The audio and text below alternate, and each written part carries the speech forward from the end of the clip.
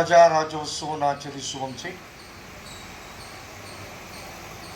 ಈ ದಿನವನ್ನು ದೇವರು ಆಶೀರ್ವದಿಸಿಕೊಟ್ಟದಕ್ಕಾಗಿ ದೇವರಿಗೆ ಕೃತಜ್ಞರಾಗಿರೋಣ. ಗಣರಾಜ್ಯೋತ್ಸವದ ಈ ಹಬ್ಬದಂದು ಸಭೆಯಾಗಿ ಧ್ವಜಾರೋಹಣ ಕಾರ್ಯಕ್ರಮದಲ್ಲಿ ಭಾಗವಹಿಸಿದಂಥ ತಮ್ಮೆಲ್ಲರನ್ನು ಸಭಾಪಾತಿಸಿ ವಂದಿಸುವರಾಗಿದ್ದೇವೆ.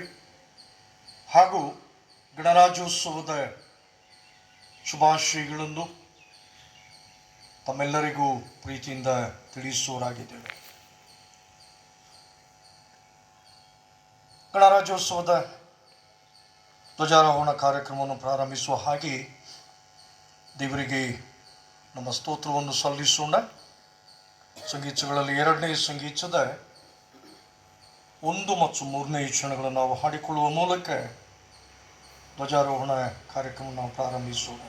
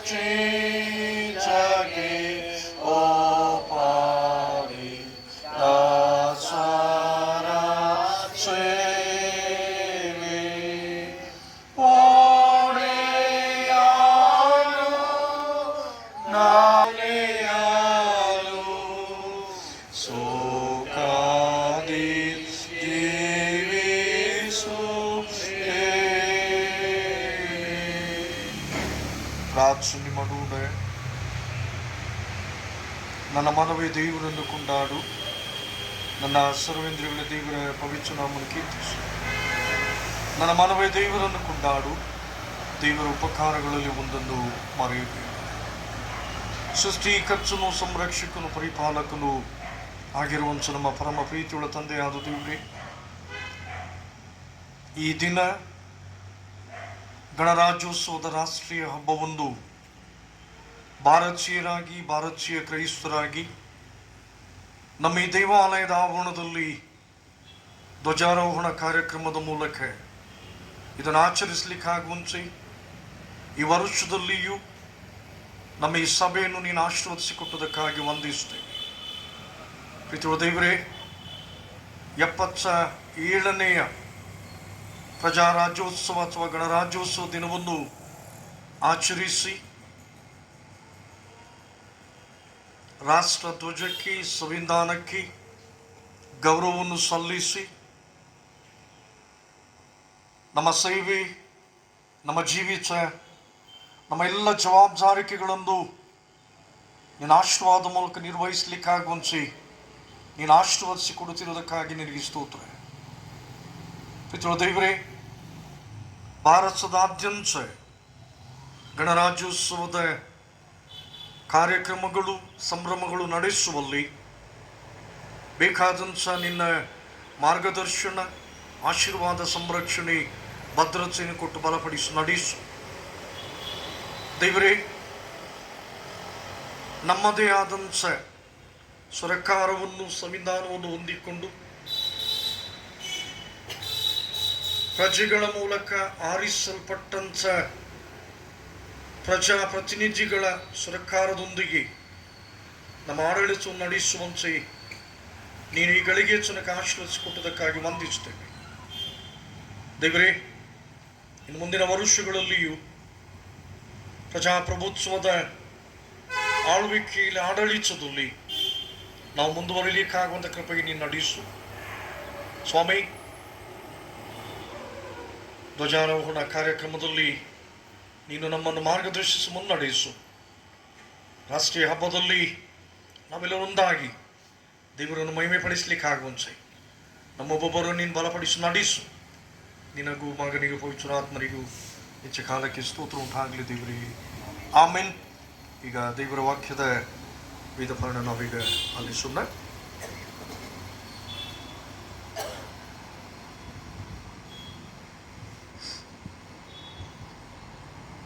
ಗಣರಾಜ್ಯೋತ್ಸವದ ಈ ವಿಶೇಷ ಸಂದರ್ಭದಲ್ಲಿ ವೇದ ಪಾಠಕ್ಕಾಗಿ ಆಯ್ಕೆಗೊಂಡ ವೇದ ಭಾಗವು ಕೀರ್ತನೆಗಳು 101.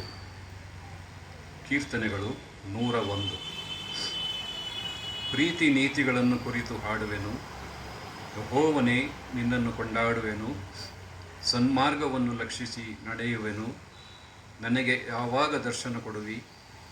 ಮನೆಯೊಳಗೂ ಯಥಾರ್ಥ ಹೃದಯದಿಂದಲೇ ಪ್ರವರ್ತಿಸುವೆನು, ಯಾವ ನೀಚವಾದ ಕಾರ್ಯವನ್ನು ದೃಷ್ಟಿಸುವುದಿಲ್ಲ. ದುರಾಚಾರವನ್ನು ಹಾಗೆ ಮಾಡುತ್ತೇನೆ, ಅದರ ಗೊಡವೆಯೇ ನನಗೆ ಬೇಡ. ಮೂರ್ಖತನವು ನನ್ನನ್ನು ಬಿಟ್ಟು ಹೋಗಲಿ, ಕೆಟ್ಟತನವನ್ನು ಅರಿಯದಿರುವೆನು. ಗುಪ್ತದಲ್ಲಿ ನೆರೆಯವನ ಮೇಲೆ ಚಾಡಿ ಹೇಳುವವನನ್ನು ಸಂಹರಿಸುವೆನು. ಸೊಕ್ಕಿನ ಕಣ್ಣು, ಉಬ್ಬಿದ ಮನಸ್ಸು ಉಳ್ಳವನನ್ನು ಸಹಿಸುವುದಿಲ್ಲ. ದೇಶದಲ್ಲಿರುವ ನಂಬಿಗಸ್ತರನ್ನು ಆರಿಸಿಕೊಳ್ಳುವೆನು, ಅವರೇ ನನ್ನ ಸನ್ನಿಧಿಯಲ್ಲಿ ವಾಸಿಸಬೇಕು. ಸನ್ಮಾರ್ಗಿಯೇ ನನ್ನ ಸೇವೆಯಲ್ಲಿರಬೇಕು. ಮೋಸಗಾರನು ನನ್ನ ಮನೆಯಲ್ಲಿರಲೇಬಾರದು, ಸುಳ್ಳುಗಾರನು ನನ್ನ ಮುಂದೆ ನಿಲ್ಲಕೂಡದು. ಯೆಹೋವನ ಪಟ್ಟಣದಲ್ಲಿ ಕೆಡುಕರೇ ಉಳಿಯದಂತೆ ಪ್ರತಿದಿನವೂ ಬೆಳಗಿನಲ್ಲಿ ದೇಶದ ದುಷ್ಟರನ್ನು ಸಂಹರಿಸುತ್ತಾ ಬರುವೆನು ಎಂಬುವಂತೆ.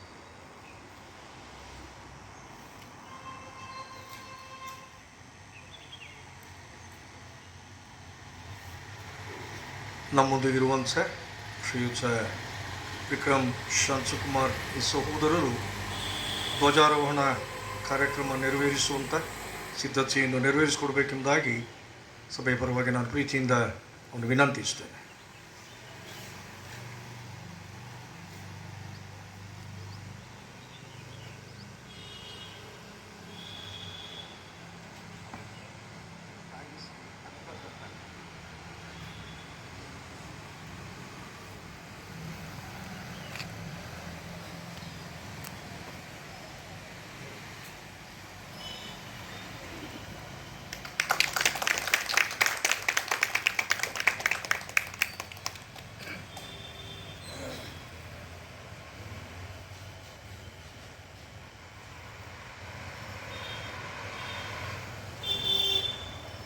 National salute, salute. Next down, national anthem in chorus, begin.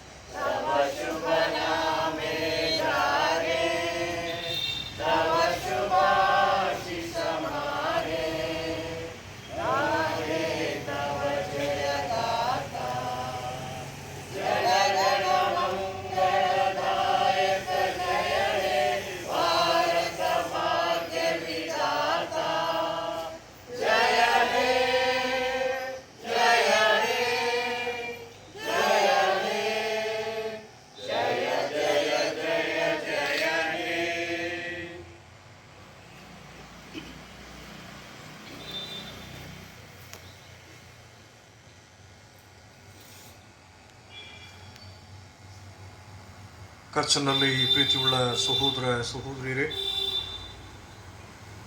ಈ ವರುಷದಲ್ಲಿಯೂ ಭಾರತ ದೇಶದ ರಾಷ್ಟ್ರೀಯ ಹಬ್ಬವಾಗಿರುವಂಥ ಗಣರಾಜ್ಯೋತ್ಸವ ಅಥವಾ ರಾಜ್ಯೋತ್ಸವವನ್ನು ಸಭೆಯಾಗಿ ಆಚರಿಸಿ ಧ್ವಜಾರೋಹಣ ಕಾರ್ಯಕ್ರಮದಲ್ಲಿ ಭಾಗವಹಿಸುವಂತೆ ದೇವರು ಆಶೀರ್ವದಿಸಿಕೊಟ್ಟದಕ್ಕಾಗಿ ದೇವರಿಗೆ ನಾವು ಕೃತಜ್ಞರಾಗಿರೋಣ.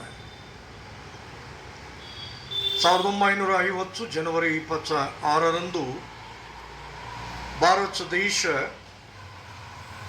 ತನ್ನದೇ ಆದಂಥ ಸಂವಿಧಾನವನ್ನು ಹೊಂದಿಕೊಂಡು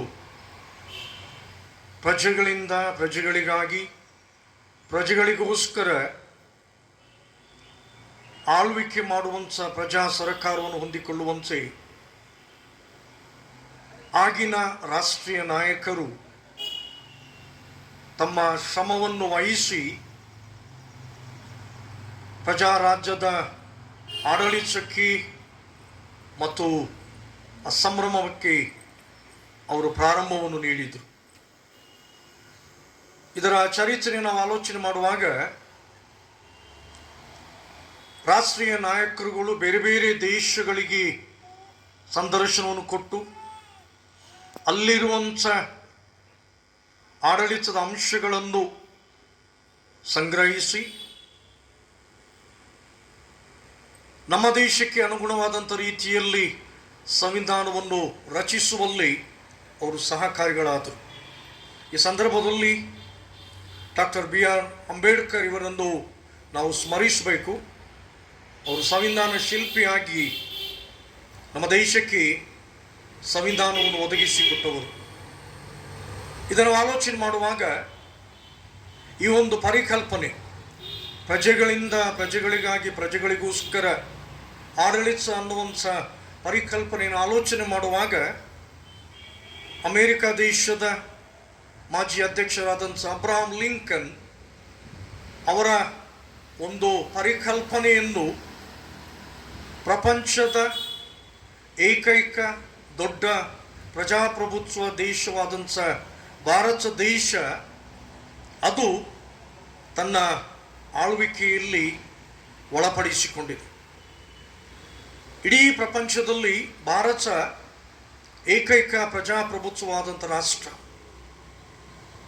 ಬೇರೆ ಎಲ್ಲ ದೇಶಗಳು ಅಧ್ಯಕ್ಷೀಯ ಆಡಳಿತದಲ್ಲಿ ತಮ್ಮನ್ನು ತೊಡಗಿಸಿಕೊಳ್ತವೆ. ಆದರೆ ಭಾರತ ದೇಶ ಪ್ರಜಾಪ್ರಭುತ್ವದ ಆಡಳಿತದಲ್ಲಿ ತನ್ನ ಆಡಳಿತವನ್ನು ಮಾಡುವಂಥದ್ದು. ರಾಷ್ಟ್ರಪತಿ ಪ್ರಥಮ ಪ್ರಜೆಯಾಗಿ ದೇಶದ ಆಳ್ವಿಕೆಯಲ್ಲಿ ತನ್ನನ್ನು ತೊಡಗಿಸಿಕೊಂಡು ಮುಂದುವರಿಯುತ್ತಾರೆ.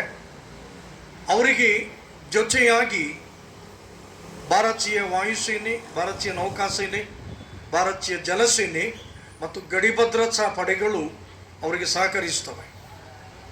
ರಾಷ್ಟ್ರಪತಿಯವರು ಎಲ್ಲ ರಕ್ಷಣಾ ಪಡೆಗಳ ಅತ್ಯುನ್ನತ ನಾಯಕರು ಕೂಡ ಹೌದು.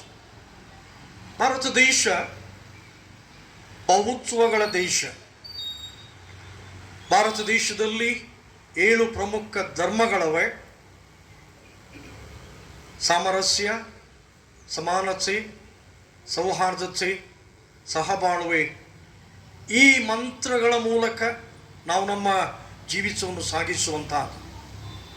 ಅದೇ ರೀತಿಯಲ್ಲಿ ನಾವು ಭಾರತೀಯರು, ಭಾರತೀಯ ಕ್ರೈಸ್ತರಾಗಿ ನಮ್ಮ ದೇಶಕ್ಕೆ ನಮ್ಮ ಕೊಡುಗೆಯನ್ನು ಕೊಡುವಂಥದ್ದು ನಮ್ಮ ಆದ್ಯ ಕರ್ತವ್ಯ. ಸಂವಿಧಾನವನ್ನು ಗೌರವಿಸಿ, ರಾಷ್ಟ್ರಧ್ವಜವನ್ನು ಗೌರವಿಸಿ, ನಮ್ಮ ದೇಶದ ಅಭಿವೃದ್ಧಿಗೆ ನಮ್ಮ ಕೊಡುಗೆಯನ್ನು ಕೊಡುವಂಥದ್ದು ಅದು ನಮ್ಮ ಮುಂದಿರುವಂಥ ಗುರಿ. ಕಚನಲ್ಲಿ ಪ್ರಿಯರೇ, 77 ವರ್ಷಗಳ ಈ ಒಂದು ಚರಿತ್ರೆಯಲ್ಲಿ ಭಾರತ ದೇಶ ಅಭಿವೃದ್ಧಿಯ ಪಥದ ಕಡೆಗೆ ಸಾಗ್ತಾ ಇದೆ. ಅದರ ಜೊತೆಗೆ ಬೇರೆ ಬೇರೆ ರೀತಿಯ ಸವಾಲುಗಳು ಕೂಡ ನಮ್ಮ ಮುಂದೆ ಆದೆ. ನಮ್ಮ ಒಗ್ಗಟ್ಟನ್ನು ಒಡೆಯುವಂಥ ಪ್ರಯತ್ನಗಳು, ಶತ್ರು ರಾಷ್ಟ್ರಗಳ ಆಕ್ರಮಣ, ಬೇರೆ ಬೇರೆ ರೀತಿಯಲ್ಲಿ ಭಾರತ ಇವೆಲ್ಲವುಗಳನ್ನು ಕೂಡ ಎದುರಿಸುವಲ್ಲಿ ಸರ್ಕಾರದ ಆಡಳಿತ ನಡೆಸುವಂಥ ಪ್ರತಿಯೊಬ್ಬರಿಗೆ ದೇವರು ತನ್ನ ಬಲವನ್ನು ಕೊಟ್ಟಿದ್ದಾನೆ. ನಮ್ಮ ದೇಶದಲ್ಲಿ 30 ರಾಜ್ಯಗಳವೆ. ಅದರ ಜೊತೆಗೆ ಕೆಲವು ಕೇಂದ್ರಾಡಳಿತ ಪ್ರದೇಶಗಳು ಕೂಡ ಅವೆ.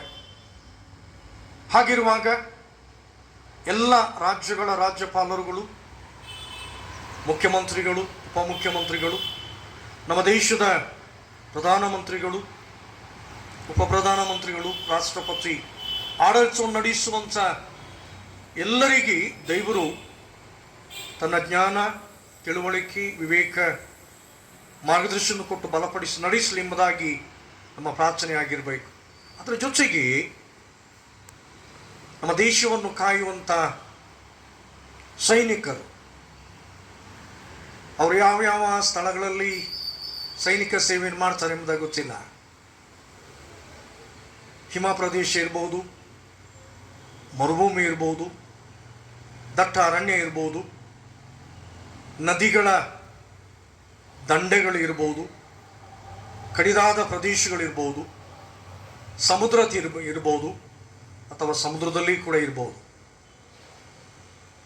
ದೇಶದ ರಕ್ಷಣೆಗಾಗಿ ತಮ್ಮ ಜೀವದ ಹಂಗನ್ನು ತೊರೆದು ದೇಶವನ್ನು ಕಾಯುವಂಥ ಸೈನಿಕರನ್ನು ಕೂಡ ನಾವು ಈ ದಿನಗಳಲ್ಲಿ ನೆನಪು ಮಾಡಿಕೊಳ್ಬೇಕು. ಅವರಿಗೋಸ್ಕರ ಪ್ರಾರ್ಥಿಸಬೇಕು. ಈ ರೀತಿಯಾಗಿ ನಮ್ಮ ಅನ್ಯೋನ್ಯತೆ, ನಮ್ಮ ಐಕ್ಯತೆ, ನಮ್ಮ ಒಗ್ಗಟ್ಟು, ನಮ್ಮ ಪ್ರಾರ್ಥನಾ ಬಲದ ಮೂಲಕ ಸುಮಾರು 140 ಕೋಟಿ ಜನಸಂಖ್ಯೆಯುಳ್ಳ ಭಾರತ ದೇಶ, ಅದು ಯಾವಾಗಲೂ ಒಬ್ಬರನ್ನೊಬ್ಬರು ಅರ್ಥ ಮಾಡಿಕೊಳ್ಳುವಲ್ಲಿ, ಒಬ್ಬರಿಗೊಬ್ಬರು ಹೊಂದಿಕೊಳ್ಳುವಲ್ಲಿ ಸೌಹಾರ್ದತೆಯಿಂದ, ಸಹೋದರತ್ವದಿಂದ, ಸಾಮರಸ್ಯದಿಂದ, ಸಮಾನತೆಯಿಂದ ನಮ್ಮ ಜೀವಿಸುವುದು ಸಾಗಿಸಲಿಕ್ಕೆ ದೇವರು ಬಲಪಡಿಸಿ ನಡೆಸಲಿ. ನಿಮ್ಮಲ್ಲಿ ವಿನಂತಿ ಏನಂತ ಹೇಳಿದ್ರೆ, ಸೈನಿಕರಿಗಾಗಿ, ಅಲ್ಪಸಂಖ್ಯಾತ ಕ್ರೈಸ್ತ ಸಮುದಾಯಕ್ಕಾಗಿ ಅನುದಿನದ ಪ್ರಾರ್ಥನೆಯಲ್ಲಿ ನೆನಪಿಸಿಕೊಳ್ಳಿ. ಕಳೆದ ಕೆಲವು ದಿನಗಳ ತಗ್ಗಿಗೆ ಒಡಿಶಾ ರಾಜ್ಯದಲ್ಲಿ ಒಬ್ಬ ಪಾದ್ರಿಯನ್ನು ಹೀನಾಯವಾಗಿ ಹಿಂಸೆ ಮಾಡಿದರು. ಆದರೆ ಅದು ಏನಾಯಿತು, ಎಲ್ಲಿವರೆಗೆ ಬಂತು ಎಂಬಂಥ ಆ ತಿಳುವಳಿಕೆಯನ್ನು ಕೂಡ ಸಿಗ್ತಾ ಇಲ್ಲ. ಇದು ಅನೇಕ ಘಟನೆಗಳಲ್ಲಿ ಕಂಡುಬಂದಂಥ ಒಂದು ಘಟನೆ. ಬೆಳಕಿಗೆ ಬಾರದಂಥ ಈ ರೀತಿಯ ಘಟನೆಗಳು ಬೇಕಾದಷ್ಟವೆ. ನಿಜ, ಭಾರತದಲ್ಲಿ ನಾವು ಅಲ್ಪಸಂಖ್ಯಾತರೇ. ಆದರೆ ಸತ್ಯವೇದ ಬಹಳ ಸ್ಪಷ್ಟವಾಗಿ ಹೇಳ್ತದೆ, ಎಫ್ರಾಚದ ಬೆತ್ಲೆಹೇಮಿ, ನೀನು ಎಷ್ಟು ಮಾತ್ರವೂ ಸಣ್ಣದಲ್ಲ, ಒಬ್ಬ ಅಧಿಪತಿ ನಿನ್ನೊಳಗಿಂದ ನನಗಾಗಿ ಹೊರಡುವ. ಆದ್ದರಿಂದ ಆ ಅಧಿಪತಿ ನಮ್ಮ ಜೊತೆಗಿದ್ದಾನೆ. ಆತನ ಜೊತೆಯಲ್ಲಿ ನಮ್ಮ ಜೀವಿತವನ್ನು, ನಮ್ಮ ಜವಾಬ್ದಾರಿಕೆ ನಿರ್ವಹಿಸೋಣ. ಆ ಮೂಲಕ ದೇಶದ ಒಳಿತಿಗಾಗಿ, ದೇಶವನ್ನು ಆಳ್ವಿಕೆ ಮಾಡುವಂಥ ಆಡಳಿತಗಾರರಿಗಾಗಿ ಪ್ರಾರ್ಥಿಸುವ ಮೂಲಕ ನಮ್ಮ ದೇಶ ಅದು ಇನ್ನೂ ಅಭಿವೃದ್ಧಿಯ ಪಥದ ಕಡೆಗೆ, ಸಾಮರಸ್ಯದ ಕಡೆಗೆ ಸಾಗಿ ಬರಲಿಕ್ಕಾಗುವಂತೆ ದೇವರು ಸಾನೆ ನಮ್ಮೆಲ್ಲರನ್ನು ಬಲಪಡಿಸಿ ನಡೆಸಲಿ. ದೇವರು ನಾಮಕ್ಕೆ ಸ್ತೋತ್ರವಾಗಲಿ. ಆಮೇಲೆ ಪ್ರಾರ್ಥನೆ ಮಾಡೋಣ.